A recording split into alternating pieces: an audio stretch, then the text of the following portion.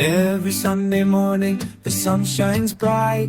Grab your favorite mug, let's take flight. With the Coffee Time podcast, we gather around, talking about Colombia, where love is found. Expats share their stories, dreams unfold. In this coffee triangle, adventures bold.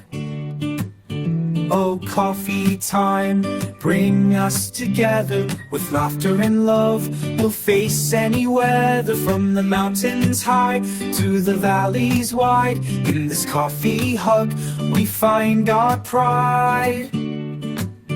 From Medellin to Cali, Cartagena's shores, exploring this country, we open new doors. Tips and tales shared, we laugh and we learn.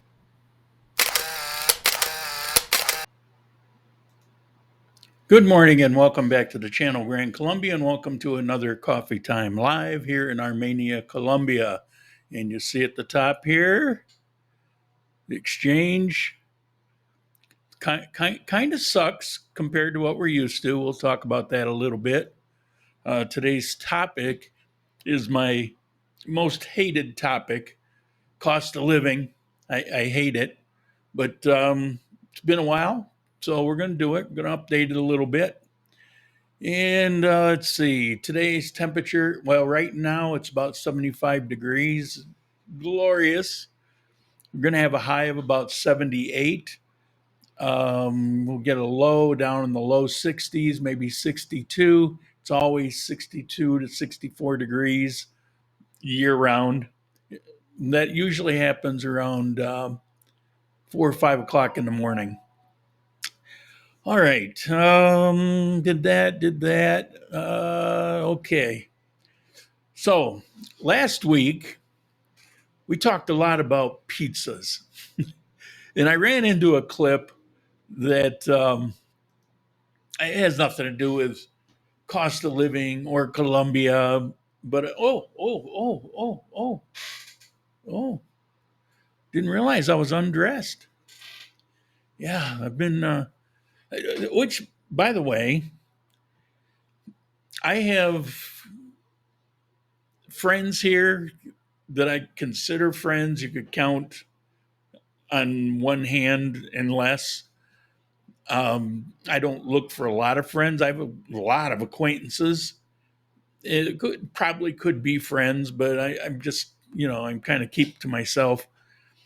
And this past week especially, I was totally focused. Busy as hell. 7 medical appointments, a lot of things going on in my life, and everybody got ignored. Like Turtle. I mean, we usually write back and forth every day, maybe talk a couple times a week. I haven't heard his voice in a few weeks because I've just been too busy. I've been ignoring my phone messages. I'll take a look at them, but I just haven't replied. And I'd say I feel bad about it. I do kind of, but I really had to focus on the things that I was doing. And so it's just how it is. But I just wanted to acknowledge that. In the chat, good morning from Vancouver. How you doing? Turtle, hola. Sorry, Turtle. Mr. B. Nick, buen dia. How are you? Mr. Juka from Finland. Howdy, howdy. Hi from Montreal. And Dr. Charles, oh, that rings a bell, from New York City, just back from Monterey. Okay. The pizza thing. So I saw this clip. Bear with me. I mean, there's some things humor me. I just wanted to show, this is a pizza. And this is in Rochester, New York, by the way. I think there's sound. An olive oil slathered pan gets not 1, not 2, but 3 fresh pizza doughs. They stretch them all to fit the pan and slide it into the oven to look like this. They pour on a layer of their pink vodka sauce. They top it with shredded mozzarella cheese, smoked mozzarella cheese, and fresh house-made mozzarella cheese and slide it back into the oven. While that cooks, they toss 4 pounds of pepperoni into another square pan and bake them until they're nice and crispy to look like this. Out comes that cheesy square pizza. They pour that pepperoni grease into a squeeze bottle, mix it with their house-made buttermilk ranch, chef taste test it. Out comes that square pie. They slice it up, top it with that charred pepperoni, all 4 pounds of it, and it gets finished with that pepperoni grease ranch sauce. This is the Swine Fighter Sicilian pizza from Tony Baloney's in Atlantic City, New Jersey. Who's hungry? And yeah, just watching that is giving me another heart attack. But tell me that's not awesome. I don't know about the grease in the squeeze bottle. I could do without that. But the idea of cooking the pepperoni separate to get it crispy, pulling the grease out of it, and then putting it on top of the pizza, it's brilliant. I don't know why I never thought of that. It's absolutely brilliant. So anyway, so much for the pizza. Now, I got a message. Why are you always saying that Colombians, like cheese is their favorite thing? I'm always saying it because it's true. Everything is cheese. It's a marketing thing. I could have gone deeper. I just grabbed the first couple things. I want to show you this. These are little advertisements here in Armenia for what would attract a Colombian to buy their food. Check this out. Llenas de maíz amarillo llegaron a Armenia y está. Déjenme decirles que los que Yeah, that's the thing here, smothering a hamburger over the top with cheese.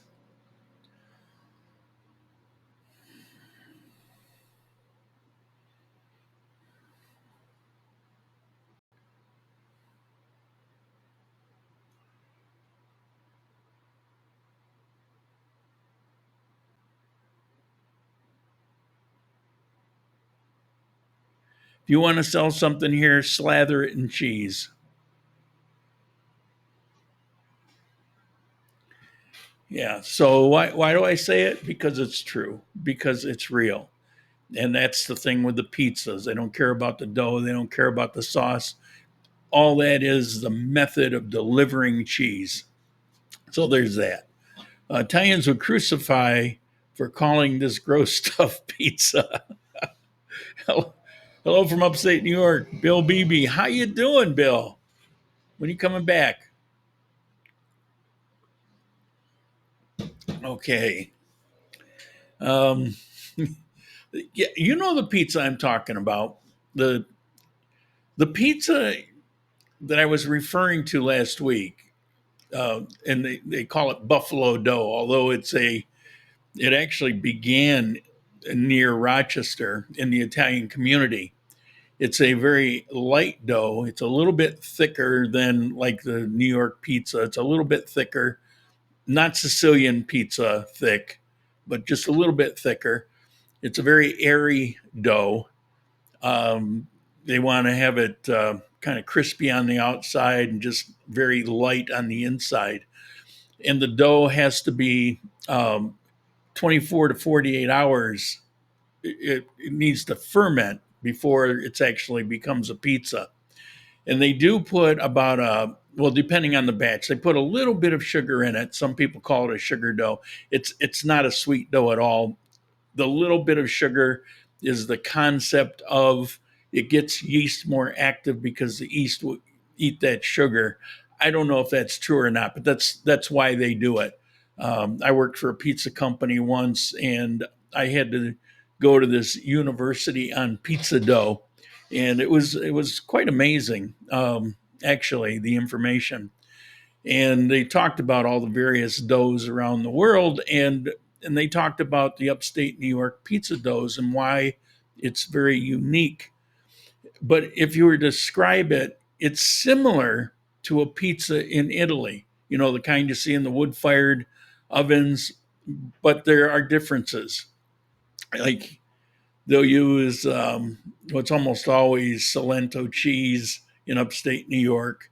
It's a very high-quality mozzarella cheese with a high fat content.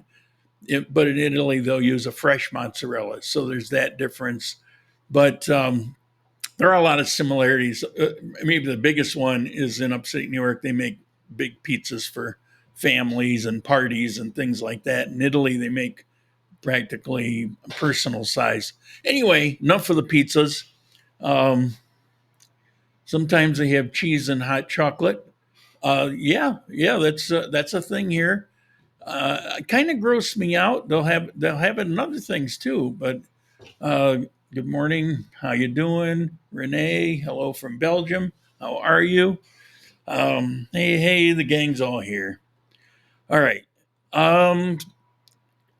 A couple news items, not a lot. First one. The woman with the 4 fake profiles was caught. She drugged and robbed 11 men of millions. It was in dollars somewhere around $100,000, 400 million pesos, I think it was. Some serious money out of 11 guys. And places like Medellin and Bogota, I believe she was in Bogota, but Medellin and Bogota are kind of notorious for this sort of thing, where she hides her identity, hides everything about her, and will hook up with a guy through Tinder or one of the other apps and drug them and rob them. They usually get away with it, but this one was caught, so that was nice. There's all kinds of scams. Maybe one day, I've always avoided the topic, but maybe one day, if anybody's interested, I'll cover the various scams, because they'll happen here and in Pineda and Manizales and Cali and all over the country to one extent or the other. They get more severe as the city gets bigger, but they're out there. All right, and this good news. People here, if you were to tell them, as a matter of fact, they did in this headline. There were a lot of comments where people just aren't believing it. Armenia reports drop in crime, but perceptions of insecurity persist among citizens.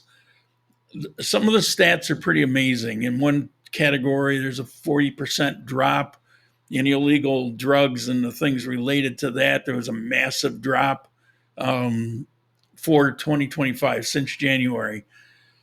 And the reason for that is all the military and national police that they brought in to basically kind of nip it in the bud. I've talked about that in the past. But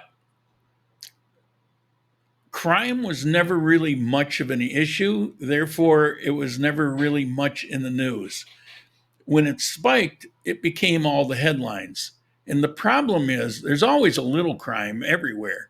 Well, the problem is things are making the headlines now or into the paper now that in the past they didn't even bother with because they weren't all that serious, or it's not much of a headline if if a drug dealer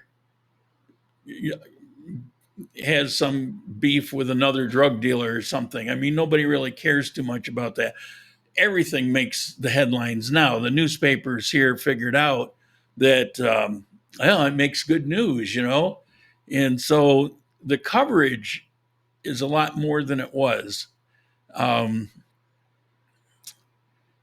So there's coverage on crimes that they're crimes, but it's almost like they're barely crimes. So, but we are inundated with various headlines. Plus, we now get a lot of crime headlines for areas outside of Quindio, and we never really got it before, because they figured out that that it's a draw, and like that last one with the girl, she's in Bogota, Well, in the past, I don't know that would ever make a headline here. I put it there because a lot of you guys live or visit Bogota and Medellin. So, I just pass that information on. But, if you're living here in Armenia, what do you care? I mean, what's that got to do with you? So things have improved. And I've noticed in the type of headlines, but because those headlines are still there and people are talking about these things, it doesn't really feel like it's improved. It only slipped for a few months. But anyway, we got some crime, but just not a whole lot of it. And where I am, it's a pretty rare bird. Okay, let's see. I think it's topic time. Take a look at the chat. Everything's cool there. Nothing new. Got quite a few listeners. Thank you for that. Fumbling around trying to find some things here.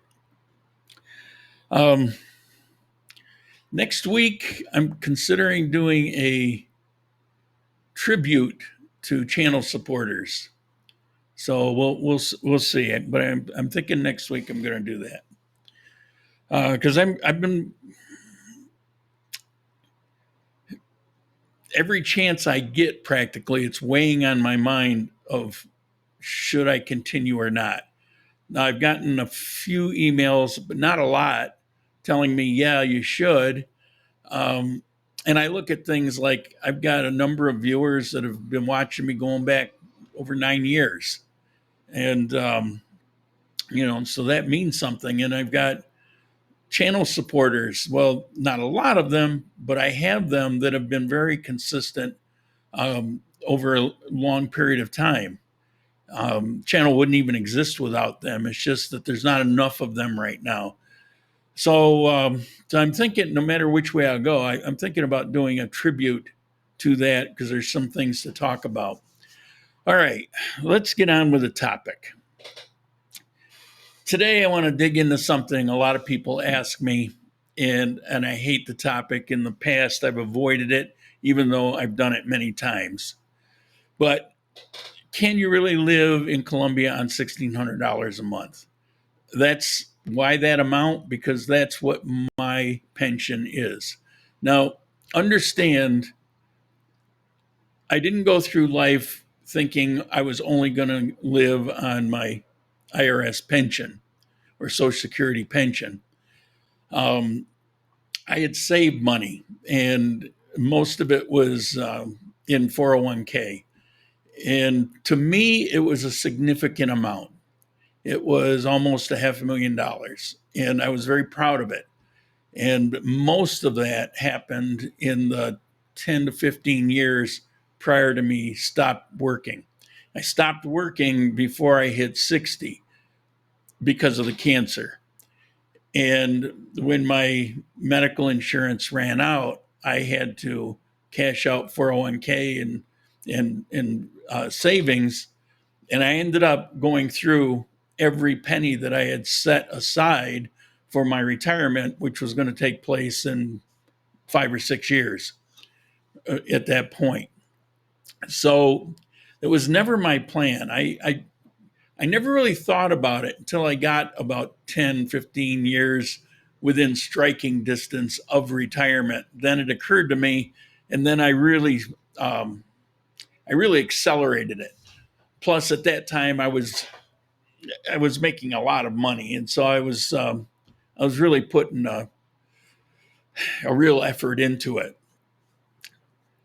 But that's how life goes. What John Lennon, life is what happens while you're busy making other plans. And so there you go. So I end up not being able to work and having to rely on my Social Security. And my Social Security is not that great because for a lot of years I did a lot of under the table work and things like that. So stuff I didn't get credit for. If it wasn't for that last decade, there would have been practically nothing there. So so that's how it goes, and then, so that's what it's based on. Can you live in Colombia on $1,600 a month? And can you? I mean, are you barely eking it out? Are you just barely surviving, or are you actually living well? Now, I do have to caution you as we talk about this topic. It depends on where you choose to live in Colombia, because we're talking about Colombia specifically, and how you want to live. For example, if you choose to live in Medellin and you want to live in Wireless or Poblado, you could double or triple what I'm going to talk about today. It can be very expensive. You can spend as much money in Medellin as you would in Chicago or New York City. It can be very expensive. And you laugh because you'll see these Facebook comments, complaining about how, what a ripoff it is. Why is it a ripoff? I mean, why was Colombia supposed to cater their economy to your lifestyle and your retirement? It is what it is. And, if you're going to live in New York City, you're going to pay more than if you lived in Des Moines, Iowa. And in Colombia, that same thing holds true. The richest city in Colombia is actually Bucaramanga.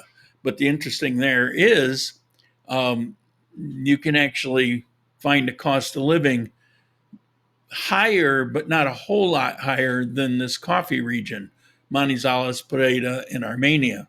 And depending on what it is you're looking at, those three places are all relatively close. Like, one thing might be a little bit more in Manizales, a little bit less in Pereira, maybe in the middle in Armenia, but the next thing, it'll be a little bit different. But overall, it's a very similar cost of living. You go to Bogota and you go to Manizales, it's going to go a lot higher unless you choose a lifestyle and a place to live within that. Like, instead of Lorales, maybe Rio Negro or something like that. I mean, Bello or Bejo, where it's going to be considerably cheaper. So those things come into play. So anyway, I'm going to break it down with some real numbers. I'm going to talk about rent and food and utilities and a few things in between. These are going to be current prices, so 2025 prices from here in Armenia. So if you're thinking about moving here, you're already here, or you want to travel here, and you wonder how far your money's going to go, let's take a look. Always that sore throat. So let's start with some rent and utilities and things like that. First thing, the basics. So what are you going to get for $1,600 in the coffee region, particularly in Armenia? Well, in Armenia, to rent a nice apartment, 2 to 3 bedroom in a good neighborhood, particularly in the north, it's going to cost you about 1.5 to 2 million pesos. My rent here is 2 million pesos. Now, if you want to get more upscale, and it can be in the same building, but just nicer, larger square meters, things like that, you can rent an apartment up to 3 to 4 million pesos, up to $1,000. They exist, but I live in a very nice place. It's not the fanciest. The trim is fake wood and particle board, but it looks decent. And that's what I'm paying. And I'm overpaying. I've explained in the past, my mistake, lesson learned. Do stupid things for videos and you get stupid results.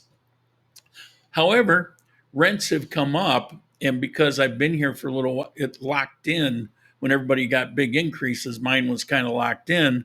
And so it actually kind of equalized. If I were to go to find this apartment elsewhere right now, I'd be paying this same money, maybe even a little bit more.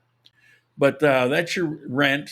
So that's what, $400 to $500 for a nice place in a nice barrio.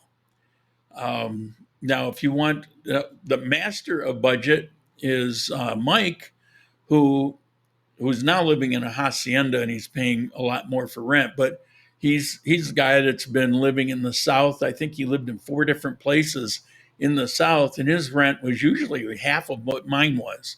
On the other hand, you give up a lot of things like conveniences of things close by. You're living in the local economy, shopping at a little tienda instead of a big supermarket, things like that. Now, food.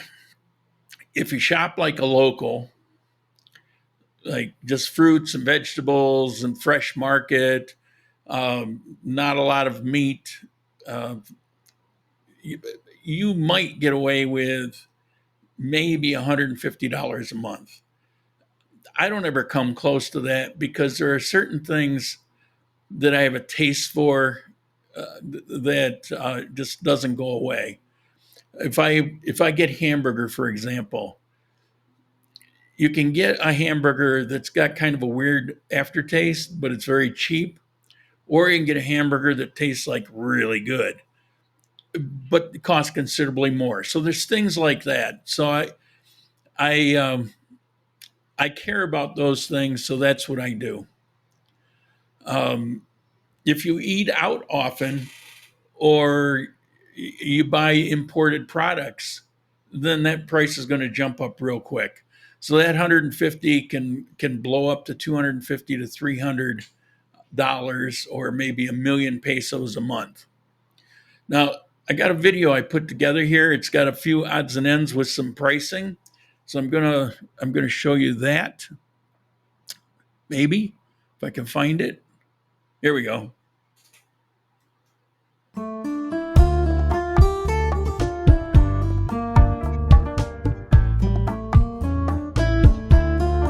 It's about 2 minutes.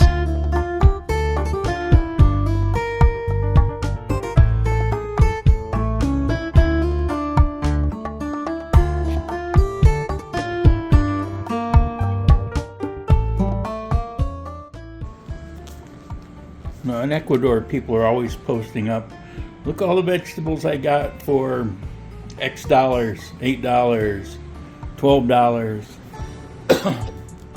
So here we go. This is Colombia. This is from the farmer's market. But the farmer's market here is an actual business. It's an open fronted store and it's a chain. But these are all local. This is Quindio stuff. And so we got bananas.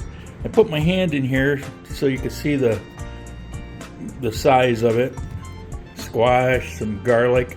That's not from Quindio. I'm not sure where that comes from. Lettuce, cabbage.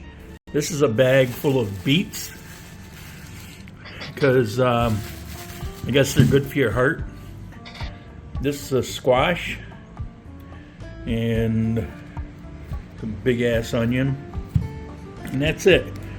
22,640 pesos, which is about $5.50. Take that, Ecuador. ¿Te acuerdas?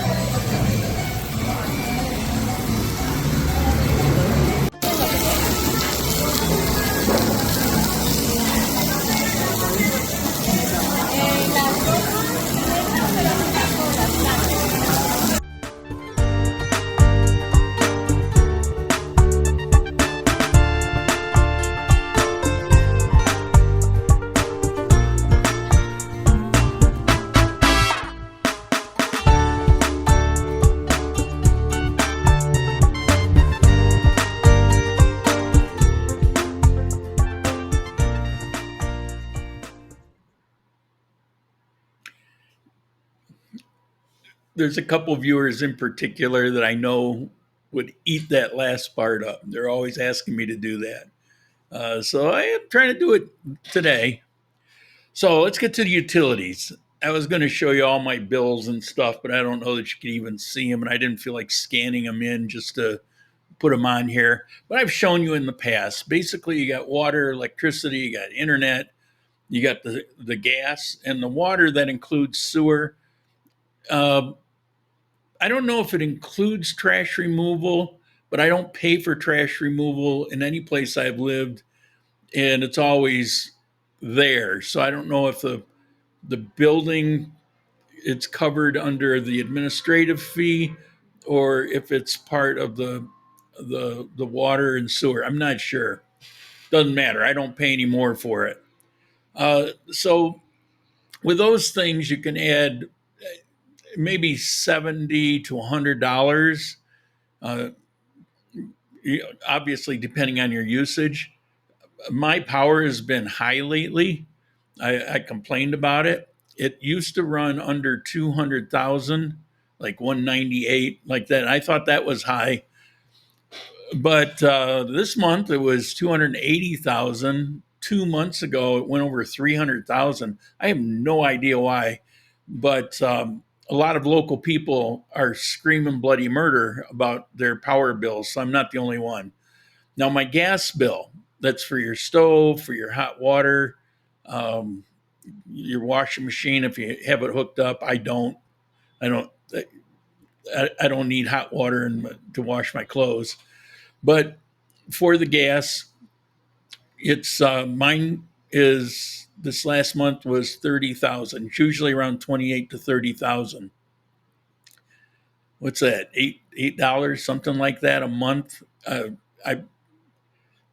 Where the power is annoying, $50, $60 gas. It's $8. It seems ridiculously cheap, but I'll take it.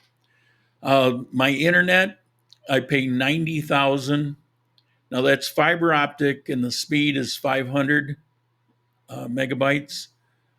So 90,000. What is that? $18. Somebody help me out here. I think it's about $18, something like that. And the internet that I have is amazing. I've had it for a number of years. It's crazy good. Almost never goes down. It went down once over this last year. My water bill that I mentioned, that fair amount of fluctuation, but that's about 60,000. So what's that? $12, $14 water and sewer. And my cell phone with tax is 31,000. It's not unlimited, but I've never run out of data.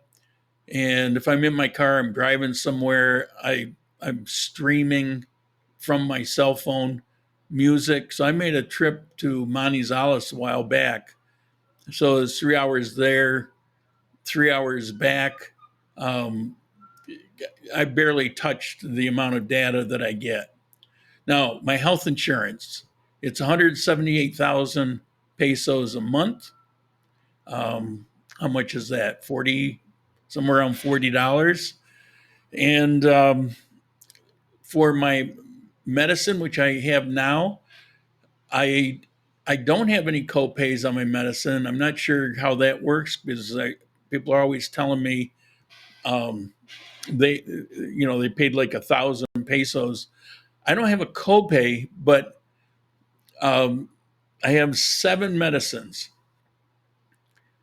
2 of them I have to get through a particular place, and I found that before they started paying for it, and I just got them. They're not narcotic, but they're very strong, and they are watched. Now, you don't have to have a prescription to get them because I got them before they ended up the health insurance paying for them. But because of whatever category they're in, which I don't really understand, with the health insurance, they will provide it, and you have a choice. You can go to a particular place, pick it up. There's one place to pick it up, and with the other medication, there's a different place to go and pick it up, or you can have it shipped to you. To have it shipped to you, there's a 4,000 peso, a dollar surcharge, preparation or what, I'm not sure what, and there's a 10,000 peso delivery charge. So when they show up, it's almost 15,000. There's centavos in there somewhere. It's almost 15,000 pesos for each one to have it delivered to the house. Now, I could go get them, but I don't drive my car. Of course, there's a cost to that too, but I don't take it down into the city almost never. And so I'd be taking a taxi. By the time you do the taxi and the time and screwing it, it's you might as well just pay them the few dollars, $3 or whatever, $3.50 I think it amounts to for them to deliver it. The other 5 medications that I get, you can get in any pharmacy, and they deliver those for just what do they charge? It's like 6,000 pesos, a buck and a half for the motorcycle guy to bring it to your house. And they can bring them all at once. So you get the other 5 and you pay a buck and a half. But I don't have any copay on any of those. And like I say, I don't know why that is. Are there any farmers markets in Armenia like La Galleria and Manizales? There's one huge one in the south part that would be recognizable as what you think of as a farmer's market. There's an area downtown that's several blocks that's all street vendors of nothing but fruits and vegetables, one after the other. So there's that. But these things are very close to the same price, if not the same price. And that one that I showed you, it's 4 blocks from me. So it's walking distance. That one that I showed there, I walked down, got it, and walked back. So the convenience is well worth it. Plus, another thing I like about those particular ones, they're not supermarkets like supermarket. They're like a farmer's market, except put it in a building and have employees. They stack. You might have seen in the picture. They stack things nicely. They pick through so that there's decent stuff there. It's not like they're not throwing a lot of rotted stuff up there. In a farmer's market, you have to kind of, search through, look underneath, that kind of thing. So it's just a matter of convenience. Personally, I think it's a smart way to get that stuff. Now, that same stuff in a supermarket, that $5 bunch of stuff probably would have been maybe $15 to $18 in a supermarket. They're very, very cheap. Those Fruver La Granja, something like that, I think is the name of it. Divide by 4. Yeah, okay, you're right. Sura co-payments are only on new events. Oh, okay, I don't know what that is. I just know I never paid a co-payment on the ambulance. I've never paid anything extra on anything except the stuff I mentioned, the delivery. So I don't know about that. All right, so that's health insurance. Transportation. Now, I have a particular situation. I've explained it in the past. My advice is don't get a car. There's a million reasons not to have one. And if you're not driving, public transportation and taxis, they're cheap. So let's call it $40 to $60 a month. If you run out somewhere with a taxi or bus 2-3 times a week, a taxi, depending on where you're going to go in town, it's probably going to be around $4 to $5 each way. So, and that's a distance. Like for me, when I take a taxi, it's usually about $2.50, and that's going down near Central or down around Parque Fundadores. It's just cheap. Now, if I'm going to go into Central or the other side of Central or down in the south, like if I go down to the south near the stadium, that's about 25,000 pesos, and that's for a taxi. So it's very cheap. The bus, what is it? It's up to 3,000 pesos. You get on the bus and go as far as you want to go with the bus. You jump on another one, it's another 3,000 pesos. So it's about 75 cents to take the bus. Transportation is very cheap. And so we're going to say maybe $40 to $60. Again, that's wholly dependent on how you're living. And some other things that it depends. Gym membership. You can spend anywhere from $0 to $50 on gym memberships. A lot of buildings like mine, like many of these high rises, they have a gym as part of your building. Yesterday, I was down on the bicycle machine. Shout out to Turtle. A very nice one. We have a really nice one here. We only have one, but it doesn't seem like anybody uses it. So I was down on that. It's free. Jacuzzi free, sauna free. There's a little pool there. It's free. So that's the high rises are usually set up like that. So you've got gym. Your phone plan depends on what you do. It's not going to be very much, but you may want more. You may want to have 2 lines. They come with calls to the United States. So depending on what you choose, there's a lot of variation there. Coffee dates for me, it's like, well, recently, no, but typically I meet up for people once or twice a week for coffee. With or without the coffee meeting that I was banned from. Why do you keep mentioning it? Are you bitter? No, I'm not bitter. It's kind of humorous to me, and I wish all but 3 people. I wish them well. You may want to take a trip to the hot springs. You may want to take a trip to Salento, or who knows. And so those, you'll have money for that, but those are things you budget out and decide how much you're going to do and make a plan. But you can do those things. So yeah, $1,600 can absolutely cover a comfortable life, but you got to be smart about it. You can't come in here and live like you lived in the United States when you were working and throw a lot of money around. You'll find yourself running out quickly. What Mike did, and if you're in the category I'm in, I do it with some things, other things I don't. Locals know how to stretch a dollar. I mean, they should know, right? They know the right places to go. They know where to buy things. You say, oh, I want to get that food item. Well, they'll go all around the town to buy things at a certain place because it'll be the cheapest, even though they're paying for a bus on top of that because the buses are cheap. So Colombians are masters at making their money go further.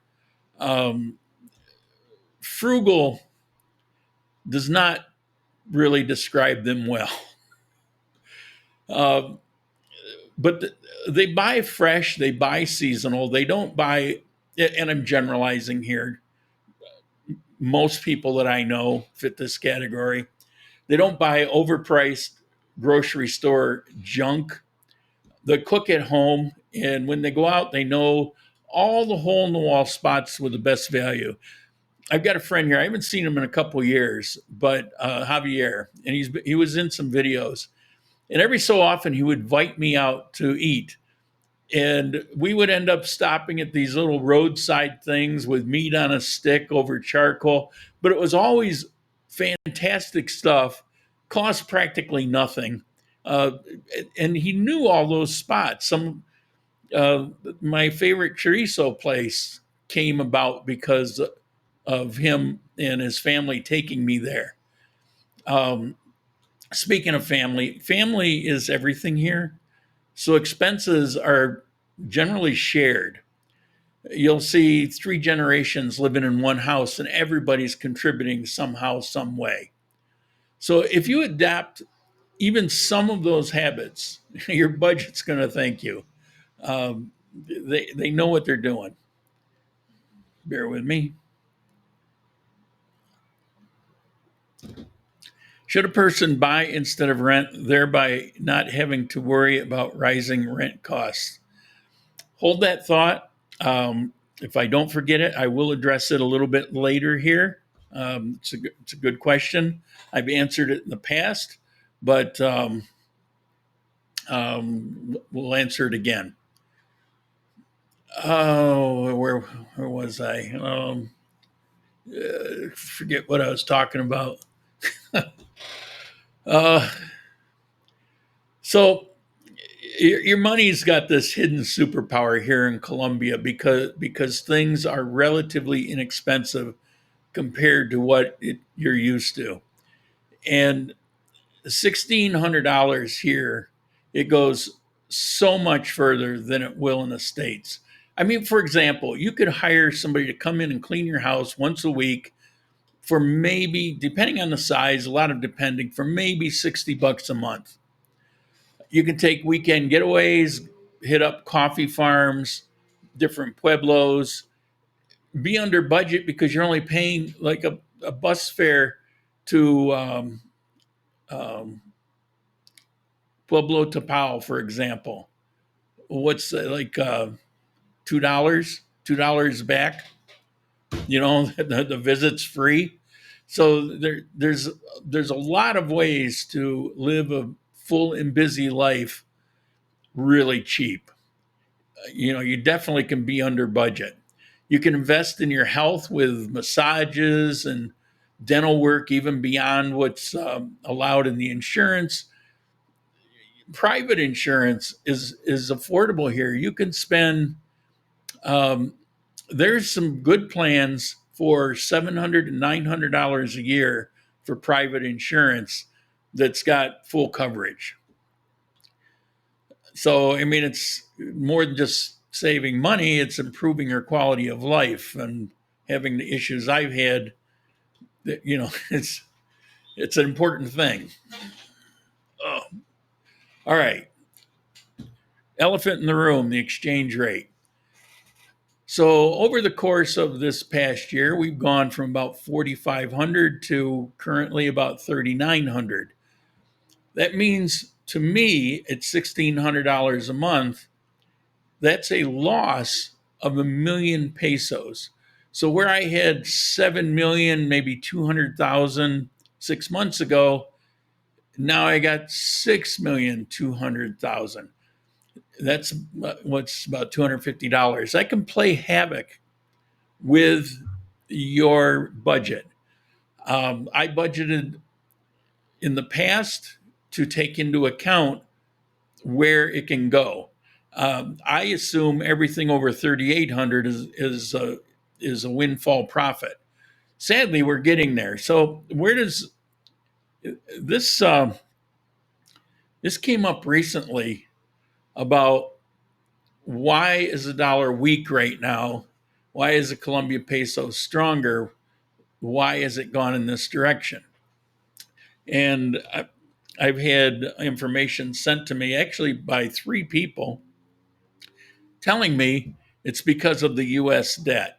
And the reason is because they just passed this big bill that adds another 3 trillion in debt, and that's what's happening. Well, that's a nice theory, but it's just not really the case, because this trend started long before they got to the point where that bill is going to pass. So it has to be more than that, right? Plus, there was nothing in history, including the one they just passed, that was as bad as the Green New Deal one. It was almost $5 trillion. So, and we didn't drop down like this. So it does come into play. So I'm not saying it doesn't come into play, but the thing with the exchange rate is it's not one item. One of the things that has larger impact than most items is the interest rate in the United States. Every country sets its own interest rate on any debt the government has. We have an interest rate here in Colombia.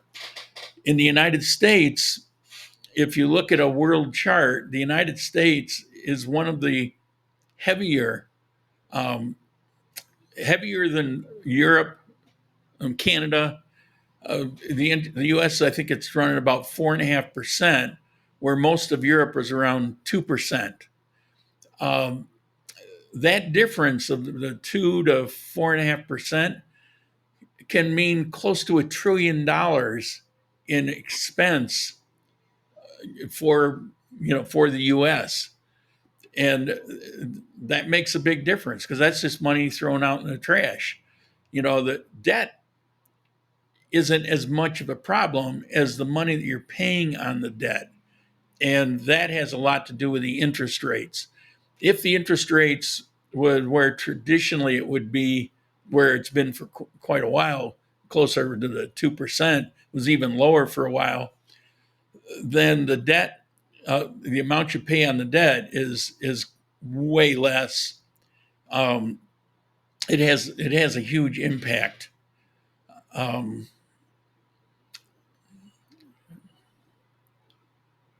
Okay.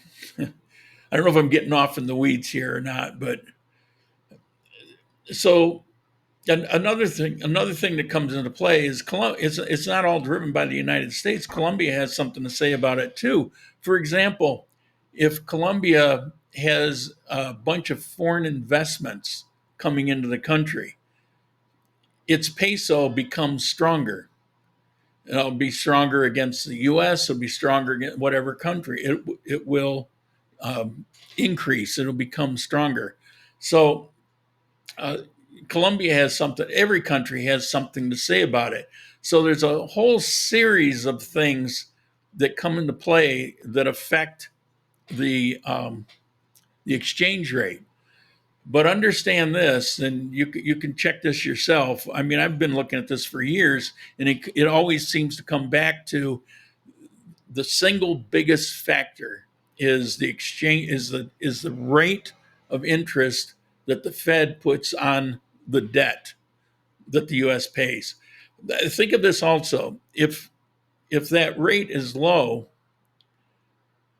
but the U.S. economy is humming along strong, it's actually taking money in. Taxes are higher. They're pulling in more money from taxes. You reduce taxes, you get more money. That's held true for decades. And so if you've got more tax money coming in, then the debt itself isn't I'm picturing the Grim Reaper. I mean, it's just not hovering over you like a dark cloud as much as when you've got high inflation rates, you've got high interest rates, and your government's not bringing much money in because the economy's going south. That's a bit of a disaster, and that will tank your dollar. So they just signed this bill, but if the Fed drops the interest rates a couple percentage, you're going to see the dollar shoot right back up. That's what I'm saying. Okay. So basically, I have one last thing to cover. Somebody sent me in a budget. I'm going to go over his, but that's about as honest as I get with my information that you can live in Colombia on $1,600 a month. So yeah, definitely can do it. It's not about being cheap. It's about being smart with your money. If you come in and just kind of blow your money and make bad decisions, it won't be enough. I'll tell you that right now. You have to be careful with it. All right. Let me see. I'm going to go over, then we'll go to the chats. Let's take a look at the one that was sent in to me. He will remain anonymous, but he's one of those people that I would count on one hand. Cost of living in Armenia versus San Diego for myself and my wife. Now, he bought his apartment and he remodeled his apartment. They're not rich, but they're well off. And he put a ton of money into his apartment. The one thing I haven't asked him yet because I haven't talked to anybody, but he's got HOA dues of between 1 and 2 million pesos. I've never seen that for administration fees in a building here. So I've got to ask him about that. I don't know if that's a typo, but it says monthly. So I don't know. But let's get to, so take the building cost out of it. His electricity, average electric bill, $275 to $300. Well, that's right where I am now. Sewer and water, $100,000 a month. He's actually paying more than I would typically pay. His gas bill, $50,000 to $60,000 a month. He's paying maybe double. Of course, there's two of them, so there's twice the showers and things like that. Bus and taxi services, $250,000 a month. They get around a lot, and so he uses more than maybe I do unless I'm traveling. Entertainment per month, about $200,000 per month, mostly on live performances. Groceries between 1.5 million and 2 million, depending on the level of entertaining. He'll have dinners a few times a month at his house and, invite people. He's invited me there before. So he's probably spending more than people typically would, but I think it's right in the range. I told you that what I do is it's kind of a mixture, and I'm probably around the 1 million pesos a month, $250. Well, there's two of them, so for it to be, up to 2 million kind of makes sense. Now, when I tell you that I'm doing 1 million, that's not just groceries. For me, that's just food in general. So if I eat out, that's part of that. Healthcare. Now, his healthcare, it's a kind of a different ball game. He's a little extravagant with it.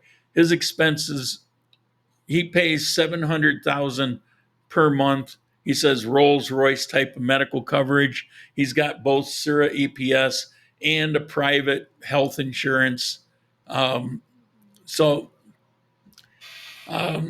doesn't say how much all this adds up to, but you could figure it out. In San Diego, our monthly average expenditure was between $7,500 and $10,000 a month. And what's he say there? Oh, one hell of a difference. No regrets.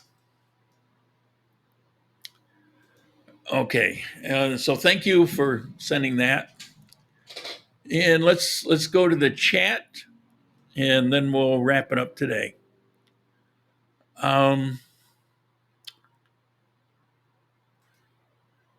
Should a person buy instead of rent, thereby not having to worry about rising rent costs? Yes, but not right away. Things are constantly changing. If you're going to, most people that buy here will buy in a high rise. There's no actual, I've explained this many times, there's no actual apartments. Every apartment is owned. And if you're renting one, you're renting it from somebody who is an individual owner. It's not like it's part of the building or rented by the building. It's an individual owner, so condo. Maybe rent in that building or close by. You need to understand the neighborhood. You need to understand the neighborhood all hours of the day and night. I've got some horror stories when I was living in Ecuador. where I learned to be much more careful, which I have been here. But it's really important because if you buy a place and you find out in 3 weeks, oh my God, what a mistake it was, you're kind of stuck. It's not the easiest thing to unload property unless you lose money on it, at least quickly. Over time, property is an asset here, and it can be an income asset at some point. But that's not going to happen. You bought it last year and you rue the day that you bought. You're stuck there for a while anyway, unless you're very wealthy. So don't rent until you thoroughly understand where you want to live. And as a matter of fact, it may be a few years. Maybe you rent a place for a year. All right, I like that neighborhood. That's a possibility. But while I lived here, I discovered this other area that I really like a lot. I like it more. So let me do my next year contract there. Let me check that place out, or do other things so that you're comfortable.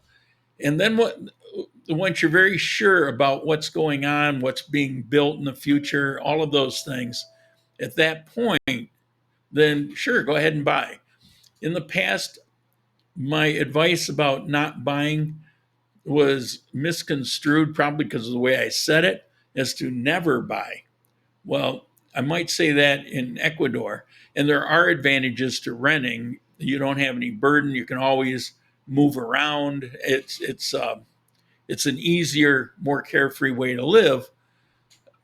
But buying's not a bad option. It's just, it can be a big mistake in a place that you don't really know that well. And I'd say it takes at least a few years of an effort to learn the place well enough to put your money into a property. So hopefully that all makes sense to you.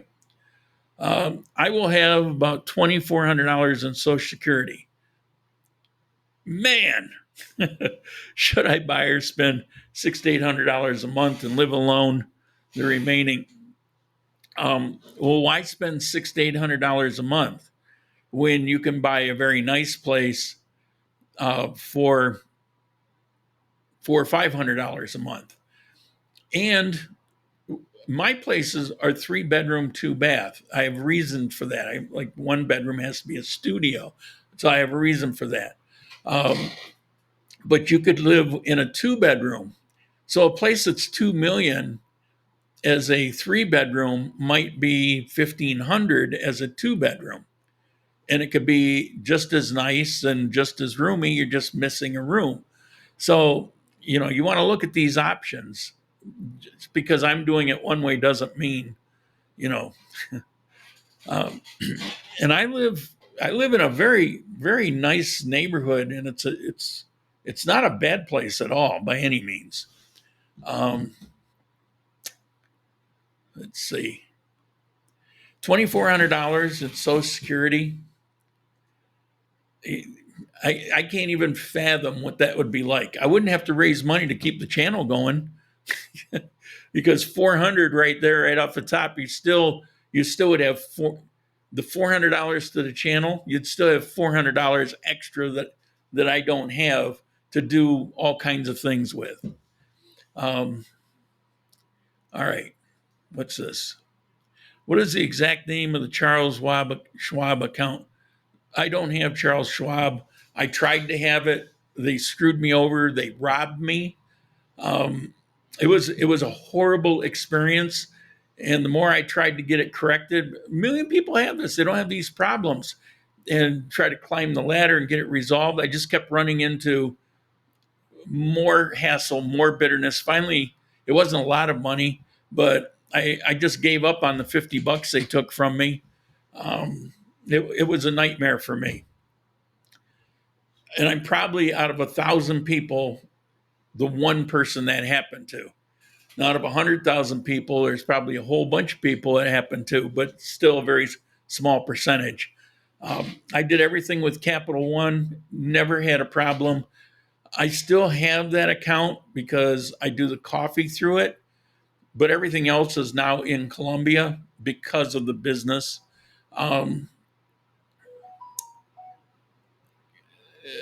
10, 11 years. I've been overseas with the Capital One, and not one time a problem with them.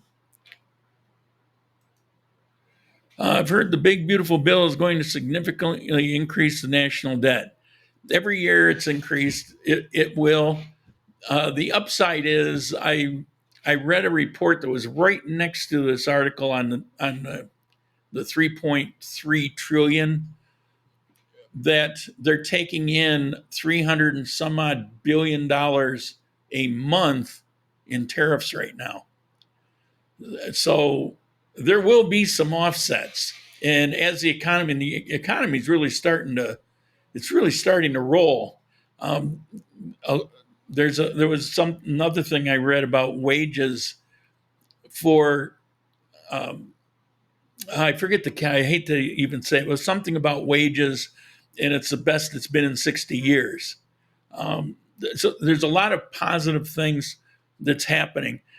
Those things, as wages go up, that means more tax income. All of those things will offset that budget.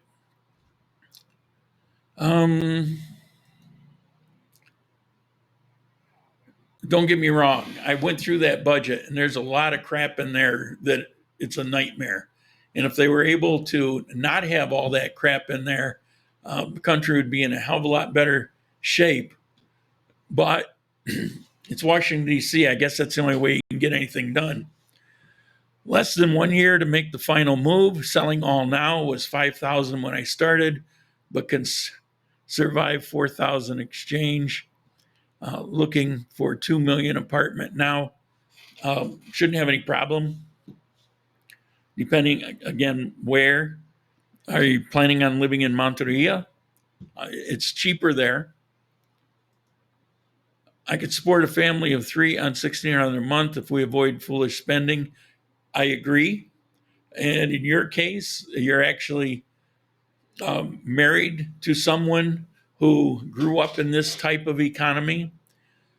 And even though you're in a different city, she's able to quickly locate some of the things I was talking about to get the deals. And I'm sure that you could say that she's a lifesaver for your budget. But those are things you can learn yourself. I've learned a lot of those things myself, simply over the fact I've been living here over 6 years.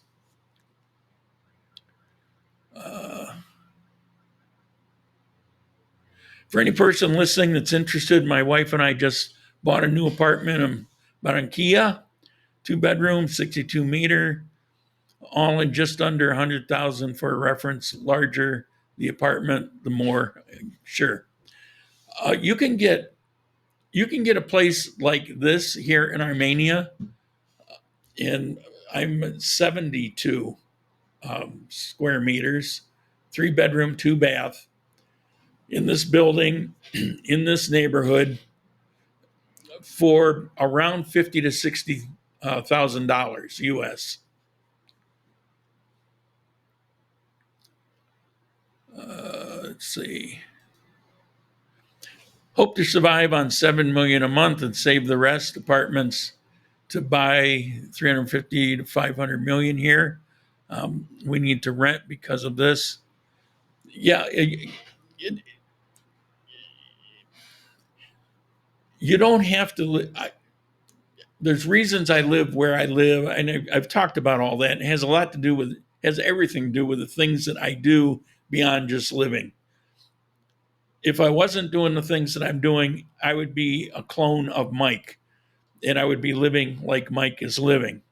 There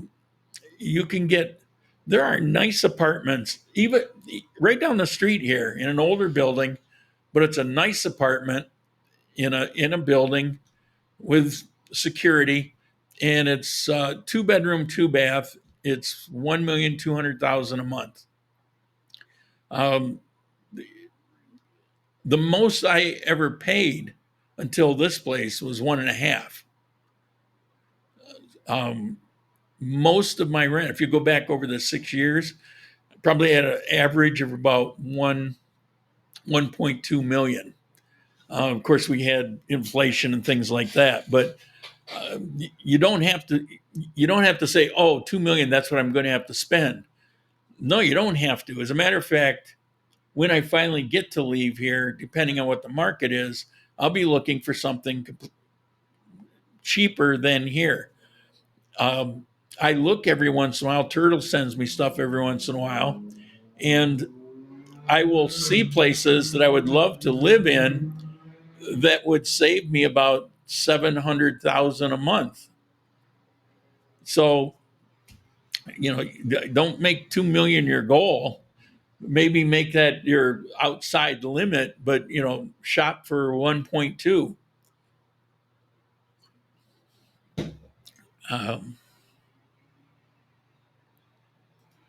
Let's see. Yes, high rise only, security pool. Yeah, a lot of advantages. I never thought I would like living in high rise. I'm a country boy, but I have to tell you that, as you know, for a stint I was living in a house. I really appreciated getting back into a high rise. It's so convenient. You go down and say, "Hey, call me a taxi." 2 minutes later, a taxi pulls up. It's just the convenience and the services and all that is just so nice. I was able to walk to 3 different walking parks, and you could walk to grocery stores in Barranquilla. Yeah. Owen, that's it. Capital One, my bad. Which account do you have? I have the 360 checking account. There's no charge. They don't charge ATM. That's correct. No foreign nope. If there's any fees that ever come up, it'll be on this end. For example, if you don't have an account with Bank Colombia and you use an ATM from Bank Colombia, out of $100, you're only going to get about 70 because there'll be about $30 in various fees that they charge. The Bank Colombia is like the absolute worst if you don't have an account. If you have an account, it's free. But they certainly get foreigners. Davi Vienda, there was a comment on one of my videos that said, "Oh, the worst is Davi Vienda." No, it's not. Nothing's perfect, but Davi Vienda is the kindest when it comes to all the extra charges and things. It's actually every branch I've ever been in, they're very nice, friendly, kind people. And I can't say that Colpatria are a bunch of assholes. I had real problems with them with several different branches. Bank Colombia, there's one location here that I do business with.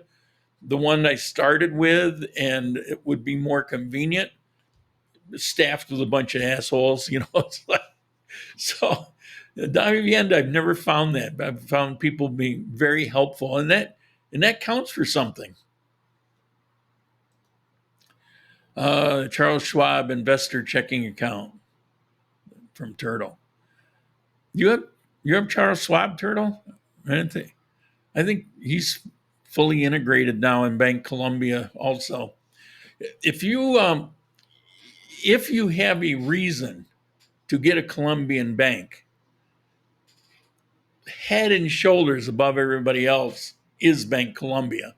The one that I will cuss at if you don't have an account because they suck. But Bank Colombia is very strong, very powerful, very secure, endless benefits. There are things about Bank Colombia that no other bank has the ability to do. They throw credit at you. It's ridiculous. Thankfully though, when I got the car, it was like that. Oh, you want a car? Go pick one. Is there a limit on? We'll see what, just go pick one. Well, I picked a car based on price, but also based on its track record. Won't have any issues, and it's no problem. I mean, boom, it was done. It was very simple. What do we have? We have one more here. Renee, I suppose there is too much construction building in Armenia that the presence of expats foreigner doesn't impact the cost of living. Not really in Armenia. Maybe in a few places, if anywhere somewhat in the north, but it's not really expats because there's still not enough of us. It's people from Bogota. Armenia is notorious for when people in Bogota that work their whole life, have a good job, upper middle class, when they retire, number one spot is Armenia. And that's what most of these buildings are. You can't come here and not see half a dozen buildings in mid-construction. It's been that way as long as I can remember. And there's just always new buildings opening up. And those buildings are not filled by expats. Those buildings are filled by other Colombians, mostly from out of the area. Or they will, this is a retirement plan. So they got 10 more years before they retire. They're working in Bogota. They come to Armenia, they buy an apartment, they rent it out. Then in 10 years, they move into it and it got paid for along the way. So it's like a retirement plan. And that's a story you hear 1,000 times.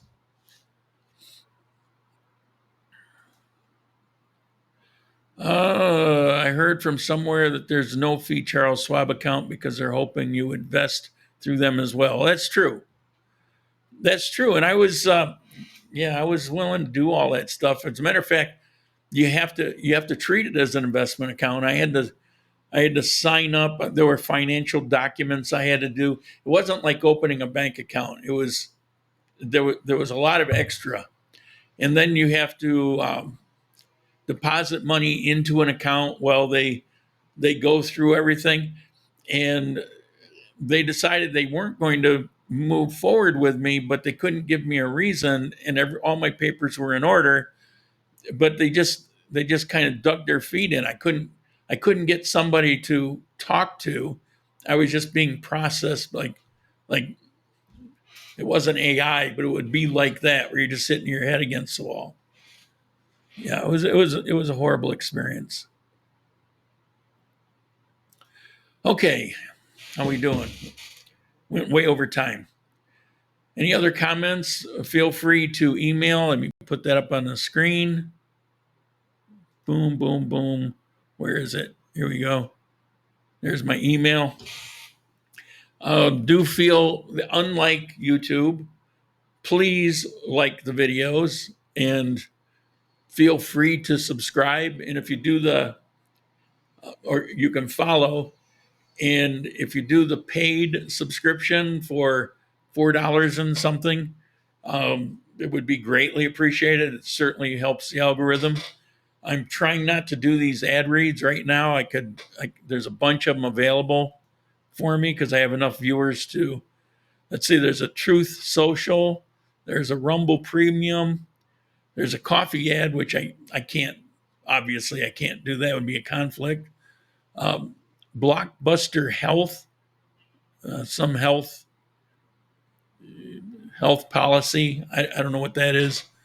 These are all ads that are available for me to read. I hate it. I don't really want to do it. Here's my ad. Buy my coffee.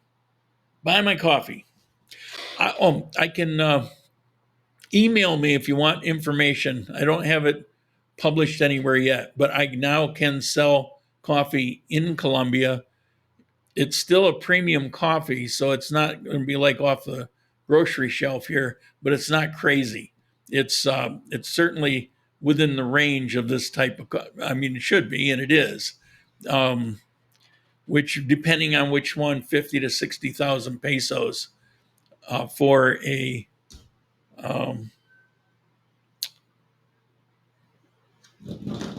340 gram. Yeah, 340 gram bag. What else?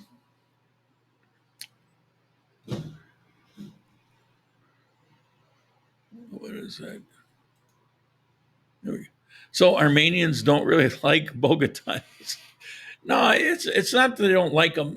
There is a impression that people from Bogota are unfriendly, that are very cold.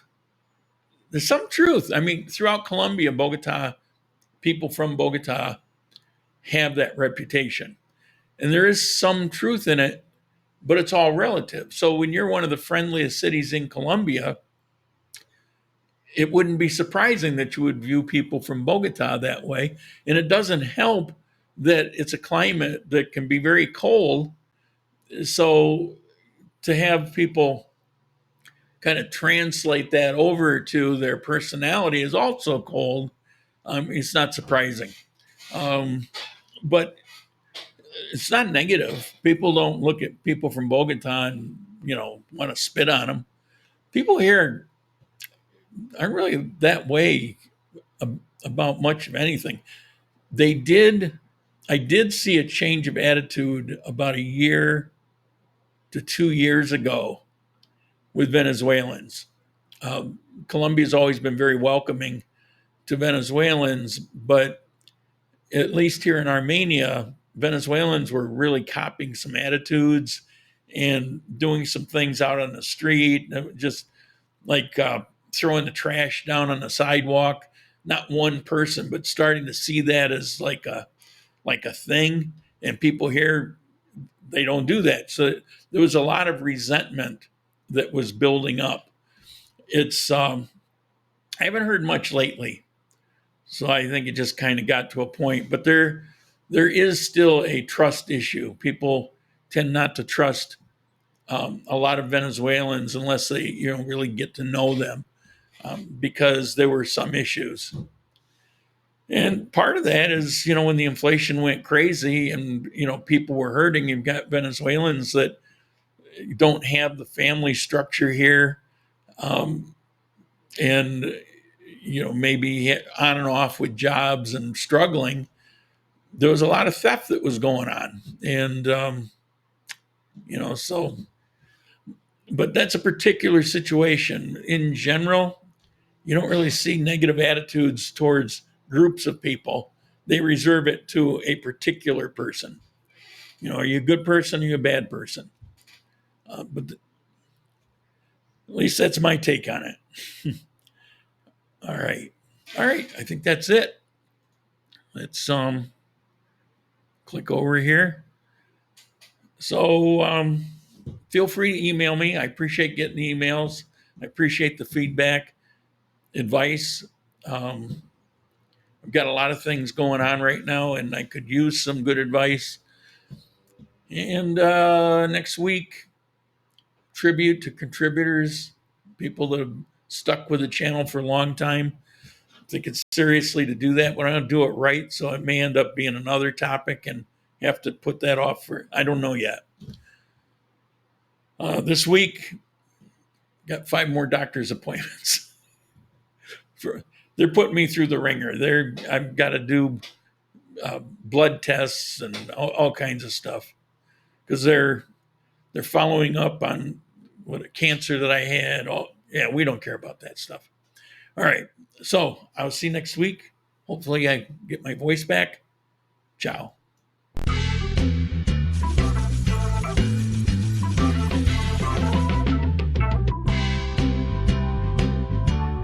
Oh,